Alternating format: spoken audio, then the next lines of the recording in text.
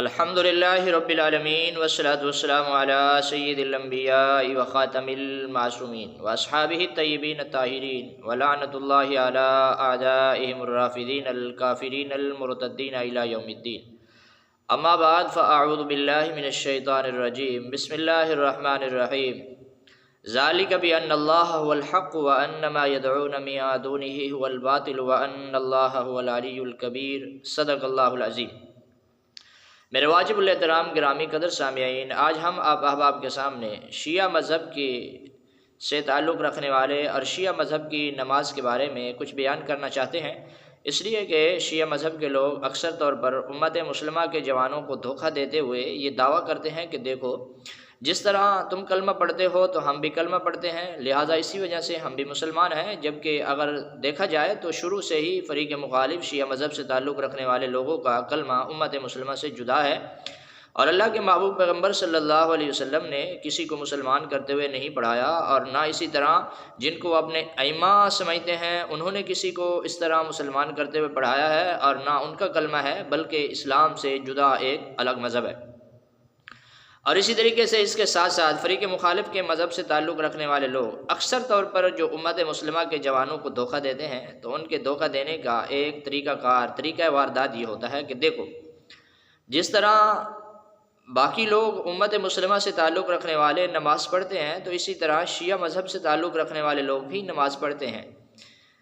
اور شیعہ مذہب سے تعلق رکھنے والے لوگ جب نماز پڑھتے ہیں تو لہٰذا اس وجہ سے ان کے کہنے کے مطابق کہ شیعہ بھی مسلمان ہیں، جبکہ مسلمان ہونے کے لیے صرف نماز پڑھنا کافی نہیں ہے. مسلمان ہونے کے لیے ان کے ایمان کا عقائد کا ہونا، وہ عقائد اور ایمانیات جو اللہ کے محبوب علیہ الصلوۃ والسلام نے امت مسلمہ کو سکھایا ہے، جبکہ شیعہ مذہب میں وہ عقائد اور ایمانیات نہیں پائے جاتے. شیعہ مذہب ایک جدا طور پر ایک مذہب، عقیدہ اور اسلام کے بالکل مخالف میں ایک مذہب ہے. تو اسی طرح شیعہ مذہب کے لوگ اکثر طور پر یہ دھوکہ دے کر کہتے ہیں کہ ہم بھی نماز پڑھتے ہیں، تو لہذا جبکہ شیعہ مذہب کی نماز کی بنیاد شرک پر ہے.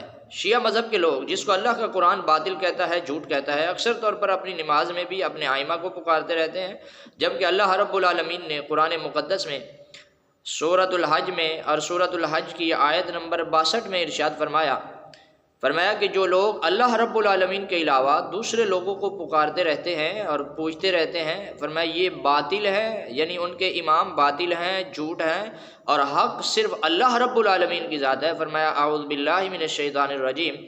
ذالک بأن اللہ هو الحق، یہ بات ہے کہ بے شک اللہ وہ سچا ہے، حق ہے.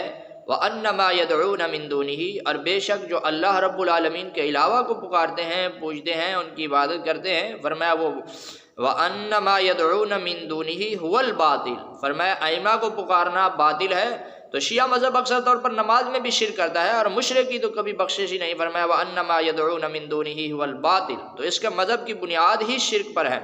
فرمایا وَأَنَّ مَا يَدْعُونَ مِن دُونِهِ هُوَ الْبَاطِلُ وَأَنَّ اللَّهَ هُوَ الْعَلِيُّ الْكَبِيرُ، فرمایا جن کو یہ اللہ پاک کے علاوہ پکارتے ہیں وہ جھوٹ ہے، اور بے شک اللہ رب العالمین وہ بلند عالی شان اور بڑی ذات ہے. فرمایا اللہ رب العالمین کے علاوہ جن کی یہ عبادت کرتے ہیں تو لہذا فریق مخالف کے مذہب کی عبادت ہی درست نہیں ہے جب ایمان درست نہیں. اور یہ اعمال کا مدار تو ہے ایمان پر، جب ایمان نہیں ہے تو اس وجہ سے ان کے اعمال بھی درست نہیں ہے، کوئی عمل بھی قابل قبول نہیں ہوگا.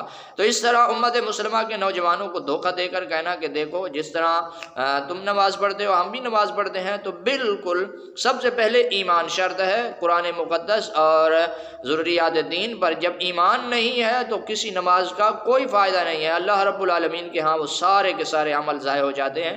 دعائے اللہ رب العالمین ہم سب کو ایسے جھوٹے مذہب سے محفوظ فرمائے. وآخر دعوانا الحمد للہ رب العالمین.